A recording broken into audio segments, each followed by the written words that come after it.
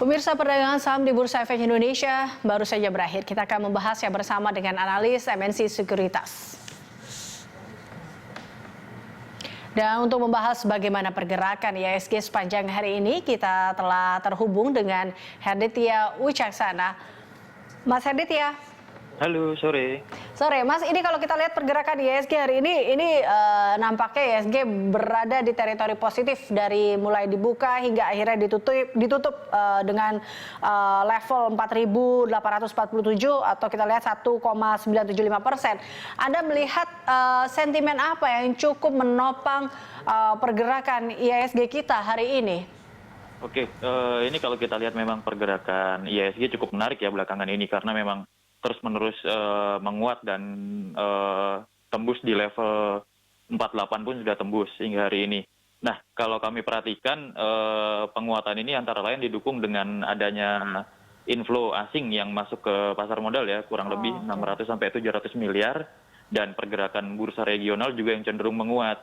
Nah, lain daripada itu memang secara teknikal pun IHSG memang masih diprediksikan untuk menguat ya. Namun perhatikan nanti di kurang lebih di minggu kedua, minggu ketiga Juni agak dikhawatirkan nanti akan adanya pelemahan IHSG secara teknikal seperti itu, Mbak. Tapi kalau kita lihat terkait dengan beberapa sentimen global, diantaranya terkait dengan indeks future Amerika aja saat ini masih cenderung melemah dengan melihat bahwa kinerja Wall Street di tengah ketegangan sosial domestiknya juga ini kan menjadi salah satu efek juga nggak sih dengan IHSG di minggu ini, Anda melihatnya?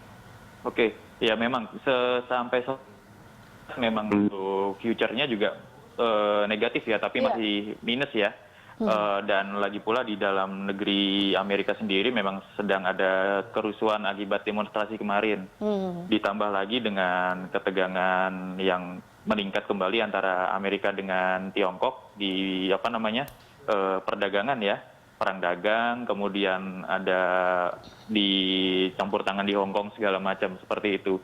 Namun kalau kami melihat IHSG memang nantinya akan cenderung terpengaruh oleh hal ini, namun pengaruhnya memang masih dalam jangka pendek dulu seperti itu, Mbak. Oke, baik.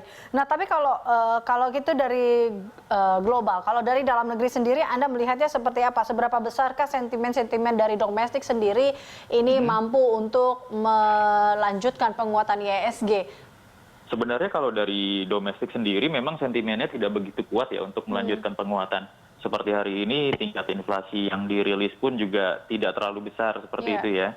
Nah, maka dari itu secara tadi saya katakan perhatikan nanti di minggu kedua, minggu ketiga Juni ini dimungkinkan IHSG akan terkoreksi terlebih dahulu seperti itu. Oke, nah ini apa yang memang Anda apa yang Anda rekomendasikan tentunya ke pasar dan atau mungkin bagaimana pelaku pasar bersikap di saat ini di minggu pertama hingga kedua melihat IHSG yang cukup baik, lalu ada rasa khawatir nanti di minggu-minggu kedua dan ketiga. Oke, untuk pelaku pasar memang ini kami merekomendasikan untuk merealisasikan profit di beberapa saham yang dimiliki ya. Maksudnya adalah ketika IHSG kemarin memang di area 4.000 sekian di level-level terendahnya, memang kami melakukan rekomendasi wait and see dan pembelian bertahap. Oleh karena itu hasil dari pembelian yang kemarin bisa direalisasikan di minggu-minggu ini karena memang IHSG bergeraknya memang cenderung menguat terlebih dahulu seperti itu. Oke, baik. Nah, ini kalau bagaimana dengan rupiah? Rupiah ini kita juga lihat seberapa besar sih pasar akan optimis dengan rupiah yang akan menguat? Oke, untuk penguatan rupiah sendiri kami perkirakan nanti akan masuk ke pasar surat berharga ya. Karena memang dengan penguatan rupiah ini nanti tentunya akan menarik minat investor untuk kembali lagi ke pasar surat berharga, obligasi atau SBN segala macam. Oke, baik.